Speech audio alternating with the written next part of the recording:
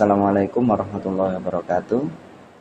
Pada pertemuan kedua ini kita akan membahas tentang pendekatan pemasaran. Kita menginjak pada materi tentang marketing approach atau pendekatan dalam pemasaran. Latar belakang dalam materi ini adalah ada beberapa sih pendekatan di dalam pemasaran. Selama ini kita hanya mengenal pemasaran itu apa, kemudian manfaatnya apa. Sekarang kita akan membahas tentang pendekatannya. Sebelum masuki pendekatan, maka saya sampaikan dulu latar belakang. Latar belakang dari pemasaran adalah bagaimana seorang produsen itu menciptakan suatu produk yang bernilai dan bisa menyampaikan produk tersebut pada konsumen. Sehingga kalau dibuat bagan atau alur, maka di situ ada produsen, dia membuat suatu produk atau membuat suatu barang yang bernilai, baik jasa maupun manufacture.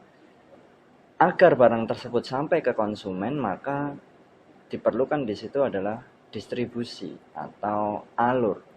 Maka di bagan itu ada produsen, kemudian ada distribusi, dan yang terakhir setelah didistribusikan maka sampai ke konsumen. Kenapa kok perlu distribusi atau kenapa distribusi itu masuk di dalam marketing? Karena banyak kita jumpai beberapa hal, ada produk yang bagus, kualitasnya bagus, harganya cocok, tapi produk tersebut tidak bisa kita dapatkan. Kemudian setelah di konsumen maka siapa sih konsumen itu? Konsumen adalah orang yang membeli atau memanfaatkan produk atau produk barang atau jasa yang diproduksi oleh produsen. Di mana semua kegiatan usaha yang berhubungan dengan arus penyerahan barang dan jasa dari produsen ke konsumen itu masuk di marketing. Jadi marketing tidak hanya memasarkan, tapi marketing juga harus menyampaikan. Marketing tidak hanya membuat suatu produk, tapi marketing juga harus berpikir, harus melaksanakan bahwasanya bagaimana produk itu sampai dalam pemasaran. Tadi sudah kita sampaikan bahwasanya perusahaan membuat suatu produk, kemudian produk disalurkan ke konsumen atau ke pasar, dan di pasar itu ada penjual dan ada pembeli. Dalam ilmu ekonomi dasar waktu kita SMP, kita mungkin paham atau kita mungkin pernah dijelaskan bahwasanya pasar itu tempat bertemunya pembeli dan penjual. Kemudian di mana yang diinginkan pembeli adalah barang atau jasa. Kemudian di situ dalam pemasaran juga adalah suatu proses di mana di dalamnya terjadi transaksi antara penjual dan pembeli, di mana konsumen dapat memanfaatkan barang dan jasa. Di sini kita juga bisa menyimpulkan bahwasanya pemasaran adalah suatu proses di mana individu dan kelompok mendapatkan kebutuhan dan keinginannya. Ingat, mendapatkan kebutuhan dan keinginannya. Mereka menciptakan, menawarkan, dan bertukar sesuatu yang bernilai antara satu dengan yang lain. Maksudnya gimana? Contoh, si Mbak Yasmin. Mbak Yasmin kebutuhannya di malam hari adalah makan, tapi dia punya keinginan. Kalau kebutuhan cukup makan saja, makan nasi itu sudah kebutuhan, tapi ternyata di dalam dirinya Mbak Yasmin ada keinginan ingin makan nasi goreng. Kalau kita memahami konsep pemasaran, bagaimana kita bisa melayani atau memberikan apa yang diinginkan, tidak hanya dibutuhkan. Identifikasi masalah di dalam marketing approach adalah bagaimana cara mempelajari pemasaran, saluran distribusi, promosi penjualan, motif pembelian, dan fungsi pemasaran sehingga produk dapat dimanfaatkan oleh produsen. Kita masuk ke inti pendekatan dalam pemasaran. Pendekatan dalam pemasaran ada 3. Yang pertama adalah commodity approach atau pendekatan berbasis komoditi. Yang kedua institutional approach atau pendekatan berdasarkan lembaga atau institusi atau berdasarkan organisasi. Yang ketiga functional approach, pendekatan berdasarkan fungsional. Kita mulai satu persatu. Commodity approach. Apa sih commodity approach itu? Pendekatan pendekatan berbasis komoditi. Maksudnya di sini adalah kita menitik beratkan pada flow of good atau aliran barang. Dari mana barang itu berasal, di mana barang dihasilkan, siapa yang memproduksinya, siapa yang menjualnya, siapa yang membelinya, dan bagaimana mengirimkan atau mendelivery barang tersebut dari produsen ke konsumen. Itu disebut commodity approach. Kemudian institutional approach, yang kedua, pendekatan lembaga. Di sini lebih ke channel of distribution, di mana ada pedagang eceran dan pedagang besar. Pedagang eceran ada dua, eceran besar dan eceran kecil. Apa maksudnya di sini? Contohnya di sini yang lebih menggunakan institutional approach adalah produk minuman, Aqua atau Coca-Cola. Coca-Cola atau Sprite dan teman-temannya itu dia menggunakan institutional approach, di mana produsen tidak bisa langsung memberikan produknya ke konsumen. Dia harus lewat pedagang besar dulu. Kalau Anda lihat Coca-Cola Sprite, itu dia tidak langsung dari perusahaan langsung menjual ke konsumen, tapi dia mesti lewat grosir dulu atau lewat pedagang besar dulu. Dan pedagang besar biasanya ada MOU, ada kesepakatan. Ada MOU atau ada kontrak atau perjanjian di mana kamu hanya menjual barang saya saja. Maka kalau Anda temukan ada distributor atau ada grosir yang dia khusus menjual produk Coca-Cola, maka itu dia sudah punya kontrak. Di mana keuntungannya biasanya persentase dari penjualan saya untuk toko kamu dan sebagainya. Tapi syaratnya kamu tidak boleh menjual produk lain, apalagi produk kompetitornya.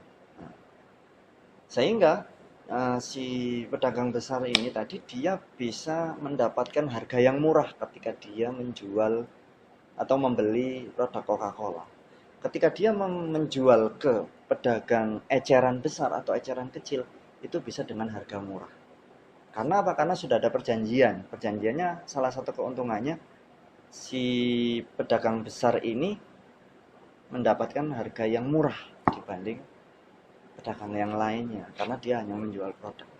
Nah, itu contoh kalau di institutional approach. Yang ketiga adalah functional approach, pendekatan fungsional. Ini yang biasanya dipakai oleh perusahaan-perusahaan umum ya. Yang dipikirkan di sini ada 8 hal dalam functional approach. Bagaimana menjual, bagaimana membeli, bagaimana transportasinya, bagaimana menyimpannya, bagaimana keuangannya, bagaimana resikonya, bagaimana informasi pasar, bagaimana standarnya. Nah, ini yang functional approach ini lebih cenderung ke perusahaan-perusahaan yang biasa, toko-toko biasa. Fungsi marketing itu ada 3. Yang pertama, pemindahan hak kepemilikan. Maksudnya apa? Dalam marketing itu, ketika produsen memproduksi sebuah HP, maka fungsi marketingnya adalah bagaimana hak pemilikan dari produsen ini ke konsumen. Jadi caranya gimana? Bagaimana konsumen ini membeli HP. Sekarang marketing itu punya strategi yang bagus ya. Mungkin Anda sudah terpengaruh.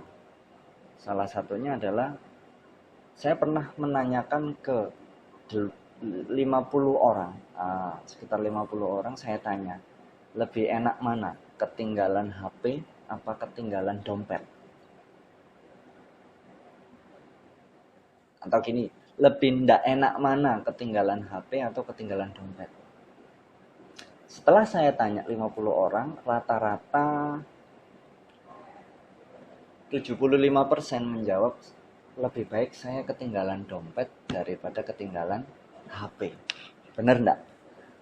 Data ini ya, 75% mengatakan kenapa? Karena sekarang orang itu digiring untuk selalu nempel dengan HP.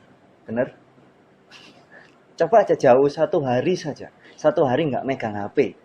Rasanya tuh kayaknya hidup itu kayak setengah ya, setengah mati, setengah hidup.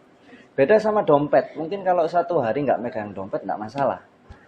Mungkin bisa kalau mamanya kita ke kampus, dompet saya ketinggalan. Kita masih punya teman. Saya pinjam uangnya dulu ya. Ketinggalan nih dompet saya. Tapi kalau ketinggalan HP, saya pernah menanyakan pada salah satu mahasiswa, aduh Pak, lebih baik saya balik lagi pulang ngambil HP saya daripada saya harus 1 hari tanpa HP. Ternyata di sini ada rahasia di balik itu. Rahasianya apa? Konsumen itu digiring dari yang sebetulnya itu hanya membutuhkan komunikasi, dari yang hanya membutuhkan komunikasi dasar seperti telepon dan SMS, sekarang digiring untuk lebih bersosial media.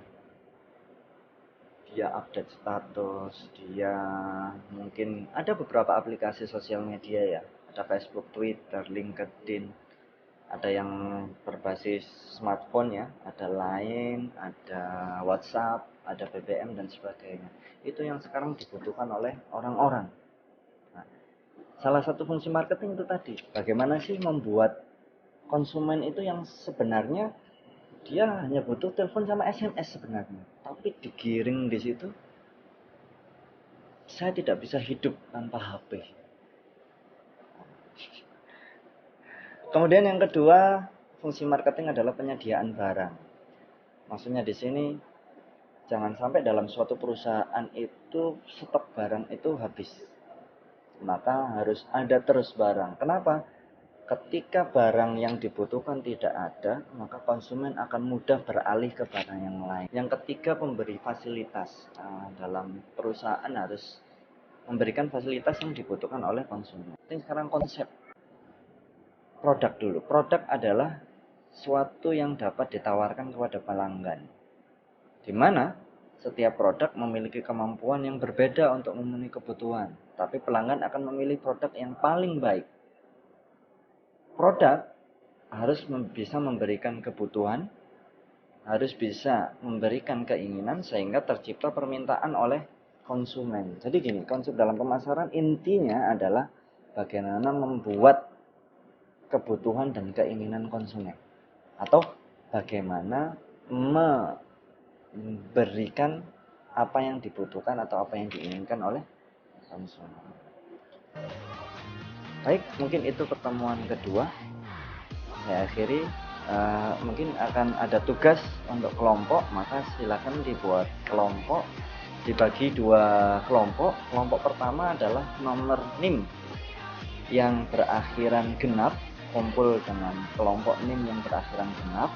Kelompok NIM yang NIM akhirnya berangka ganjil berkumpul dengan kelompok ganjil, dan di situ nanti akan saya sampaikan melalui email. Terima kasih, selamat siang. Assalamualaikum warahmatullahi wabarakatuh.